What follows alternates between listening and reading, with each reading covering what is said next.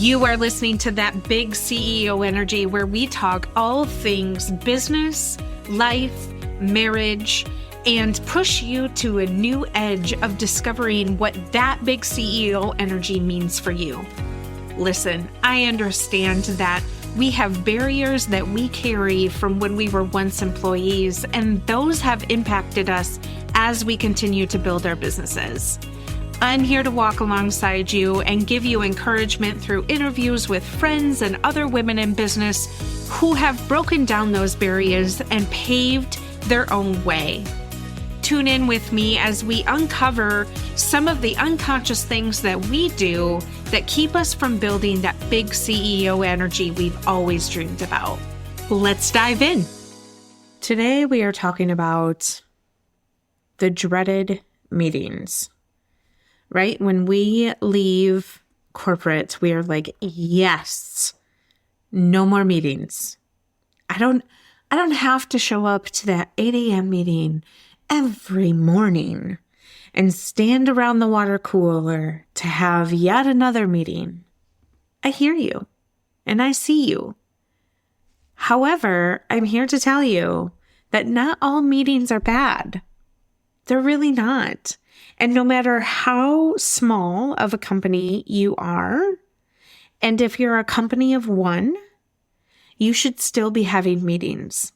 So I'm going to help talk you through that today, give you some information on what types of meetings you should be thinking about. And even if you are a solopreneur and you have nobody else on your team, these meetings are still for you. So let's dive in.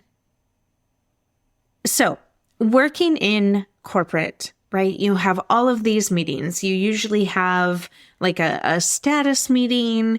You usually have like an all hands meeting, which is usually like a company-wide thing. Sometimes you have a one-on-one with your manager. Other times you have like feedback meetings, all the things. However, I am talking to you today, solopreneur, on the types of meetings that you should be having. And for those of you that have a team, stay tuned because your time to shine is right after this. So solopreneur, what types of meetings should you be having by yourself? Well, when I was in my business, I would always have a date on my calendar to cover something, right? And it was in 3 categories: a financial meeting, because that's always important, a task meeting, that usually was, it could be classified as an accountability meeting. And then I would have a quarterly meeting to sort of cover what goals did I meet, what goals do I still need to be working on, sort of like a status meeting, right? That was a little more in depth, really understanding my business and what needs to pivot, what is working, what is not, all of the things. So those 3 meetings really for me were critical in making sure that I was A, getting my work done, B, I was, paying the bills and making sure that my financial health was in a good place, and making sure that I was working on my goals. Because there were lots of times that I would just get in the daily grind, and then all of a sudden I found myself looking up and going, I haven't even checked in on any of my goals. So if you are struggling with sort of what meetings you should be having with yourself as a solopreneur, those are the 3 that I would have. And your task meeting is really, again, checking in if you are doing your business tasks, what is working, what is not, what are the tasks that maybe need to be reconsidered because something has changed. And of course, any client tasks that you have, making sure that those are being met daily, weekly, monthly, however you operate. Now, if you are in business and you have a team, there are a few meetings that we need to consider here. One is a status update. And this is really for accountability. This is sort of known as a planning meeting, a leadership meeting, or simply, if you have like a Monday morning meeting, project meetings, whatever that is. But these are usually meetings where team members can hold themselves accountable for executing their plans by asking good questions. It is also a time where they can leverage each other and bounce ideas off of each other. And so having an accountability meeting might be plausible for you to gain an idea of what is happening behind the scenes. And most status updates end with sort of a sense of urgency, which really this is better leveraged at the beginning of the week. So I have clients that do things differently. And so it really depends on how your team structure is set up. It depends on sort of who is functioning in your team. I had a few clients that they would just do like once a week, we're checking in and, you're off and doing the rest of whatever you're doing. Other teams that are a little bit bigger, they will meet, Tuesday, Wednesday, Thursday for an hour so that they can talk about specific projects. So that's really an area for you to sort of explore with your team and how big or how small it is and sort of what the need is there. The next meeting is really an all hands meeting. And this is the meeting where leaders give updates to the department, make announcements, sort of align on what the company's mission and the strategy is. And it's also an opportunity for employees or contractors to ask questions so that they know what is happening. They know and have the background to understand sort of what is being talked about. And one of the other things that this is good for is really understanding what is really important that every single person in my company needs to know about.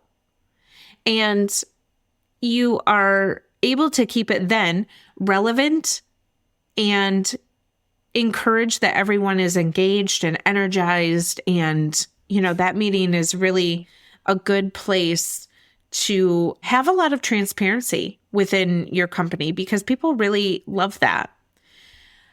The third type of meeting that is critical is having one-on-ones with your team.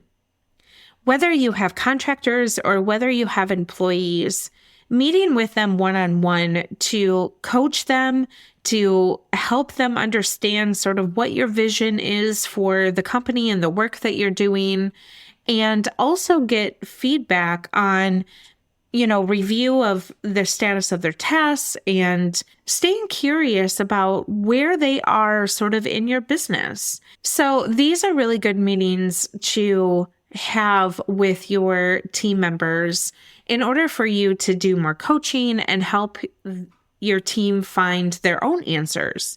And when you do sort of those two components, you will be better off in the long run because you're giving them sort of autonomy on what they're doing by, reflecting on what your needs are in conjunction with what their capabilities are. And so one of the things that someone told me a long time ago that I've always remembered is you are to coach the person, not the problem. Because when you coach the person, it allows them to feel like they have ownership over what they are doing. It allows them to feel like they are making progress on what is being asked of them. And when you're coaching the problem, what happens is it feels like you're talking at them and not to them. And when someone feels like you're talking at them, that's when the shutdown comes in. That's when the burnout comes. That's when they feel really overwhelmed. And ultimately, that's when they leave. So those one-on-one meetings really are for you to step in and own the coaching opportunity with them. The fourth meeting type is retrospectives or like feedback meetings. And we sometimes call these meetings a debrief meeting. So after we have client meetings, or after we have, if you are in the business of doing workshops or doing any sort of classes and you have a team that shows up and supports those, or even if you don't have a team, having these feedback meetings with yourself really is a good process to have. But the 3 questions that you're really asking is, what went well? What didn't go so well? And how can we improve?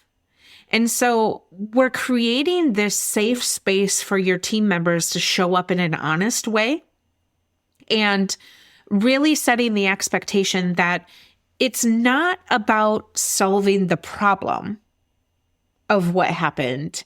It's about listening. And it's about teaching, and it's about helping people feel like they can come to the table and say, well, that one part that you spoke in your workshop, I was looking at the audience and I noticed that they just kind of all had a disgruntled look on their face. And so I'm wondering if we could change some language in there to really reframe it and really help people understand what you're trying to say without making them feel like you've just yelled at them. And so those are all different instances throughout, the client meeting or the presentation that you gave to really leverage your team to say, what did you see? Because a lot of times you're too busy presenting and too busy making sure that the content is being pushed out, that if you have a team that's supporting you that day, they're able to sort of be your eyes and ears. And so getting that feedback really is just an understanding of helping you improve, but then moving the company along too. And when you start with what is going well or what went well, it helps people get in a positive frame of mind. So if you listen carefully, you'll hear sort of what energizes them and what makes them proud of what happened. And then as you start to move into, okay, what maybe didn't go so well, you'll start to hear sort of what's weighing on their minds, and it'll come from the frame of mind that this didn't go so well, and I have an idea on how we can make it better. So we're moving from what went really well, sort of amping them up and getting them in the right frame of mind, looking at maybe what didn't go so well, coupled with what improvements can be made, because those are tangible things that we need to keep in retrospective. And really, the key to being really, really good in retrospect is having empathy and understanding that when we are hearing their frustrations, when we are being asked to make improvements, it's not just coming from them because it is on a whim. They probably have been experiencing this a few times. And so if they are bold enough to come to a team meeting and say, I have really been feeling X, Y, and Z, and this really isn't going well, and this is what I'm offering up as an improvement. As a leader, that is a time to look into yourself and go, this is not the first time that they have had this experience. Because usually if it's the first time that somebody has had the experience, they're probably not going to say anything. And the reason why they're not going to say anything is because they are going to decide on, is this a reoccurring issue that I need to keep on top of my mind? Or is this something that just happened by mistake and, we're all human and we're moving on? That's sort of how people in a company differentiate between, do I need to say something or do I not need to say something?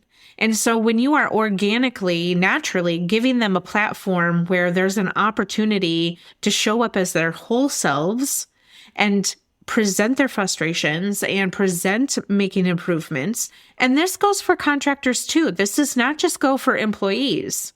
A contractor is really working on the insides of your business. And so if they're coming to you and saying, this part of your business just seems to be a little off kilter, just seems to, provide some frustrations. I have some opportunities and some things that we can try to work. I think it's an obligation for us as a business owner to say, yes, let's try that, because we don't have all the answers. And we're giving somebody an opportunity to walk beside us in our business.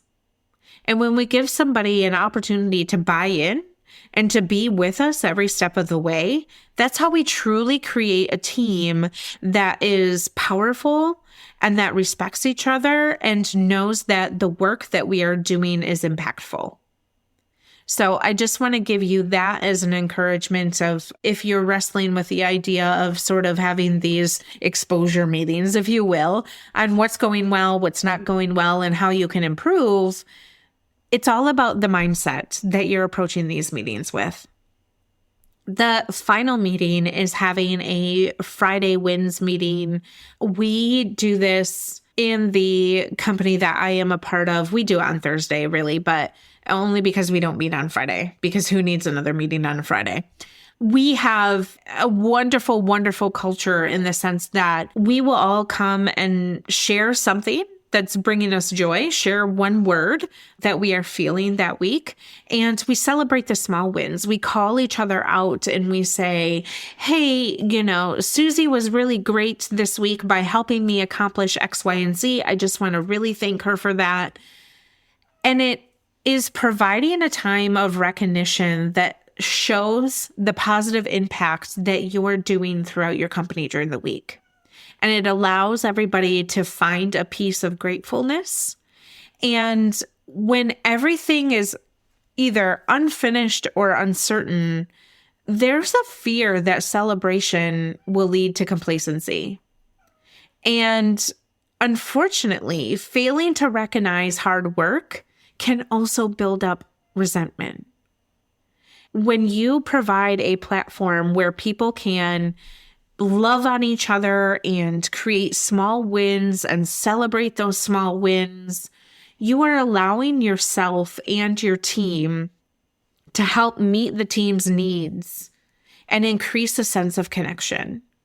And the more you do this, the likely it is to increase motivation and get in a habit of finding gratitude all throughout your week. And I know that sometimes it's a little bit hard, especially when, maybe you're working at a launch and you have a team of contractors that everybody is just grinding and everybody is working their little bummies off. And so you sort of have this slope, right, where you're chugging along and you're getting up the top of the hill and you're working really, really, really hard. And then the top of the hill, you're all there for just one split second. And then you're coming down from that high because now there's still more work to do and there's follow-up. And now we're getting ready to come up the next slope for the next revving. And what happens is nobody really stops in the middle of the downward slope and looks back over the ledge and goes, wow, we got a lot accomplished. And I remember Susie helping me every step of the way, and she would drop everything. And I didn't even think to thank her. And then that's a missed opportunity for everybody involved, because what happens is everybody is so used to the grind that's all that they're living for is the grind. And then it gets in the mode of people aren't talking to each other. People aren't communicating with each other. Number one, because they don't have time because they're stuck in the grind. And number two, because what's the point? She's doing her job and I'm doing my job. And so as long as we're getting this thing together, what do we need to talk about? And if you just stop for 1 minute and allow yourself, number one, as a business owner, to be grateful and to find gratitude and pick out a small win. And solopreneur, I'm going to talk to you here. Find your small wins. Write them down on your dry erase board. Write them down on a sticky note and put them on your computer. Find a place where you can go for gratitude and celebrating all the small accomplishments along the way. It is so important and so vital to who we are set up as a human being. We thrive and have motivation based off of, are we making little wins? How are we feeling? And usually when you're making small wins and you're being forced into putting yourself into a gratitude mindset, you always look for that. And you always look for what are the little things that I can do to create small wins, because that's where I feel good. So do that. Friends, it is all about implementing and improving your meetings with your team or with yourself. And they might sound like a heavy investment, but I promise you that the heavy lifting that you do now, and even though they take up 20% of your time, they will represent 80% of the leverage that your company is having. And after all, really, it's, your results as a company depend on other people. Even if you're a solopreneur, your results on your company depend on other people. And so you just have to find your cadence. You have to find a way that makes them fun, that makes them productive, and moves the needle of your business forward. So I hope that at the very least, you take into consideration to bring back some of the meetings that you said you would never have when you left corporate, and you allow yourself the gift of running them differently, because that is where the true impact will be. Thank you all for joining me on this episode, and I will see you in the next. Thanks for tuning into the show today. If you heard something that helped you, I would love it if you would leave a review and share it with your friends. This helps more people just like you become inspired to move the needle of their big CEO energy into a positive direction. If you would like to learn more about how I can help you streamline and position your business for growth, or lead your business as a CEO, feel free to jump into the show notes with all of the links to find me. And don't forget to head over to Instagram so we can be pals.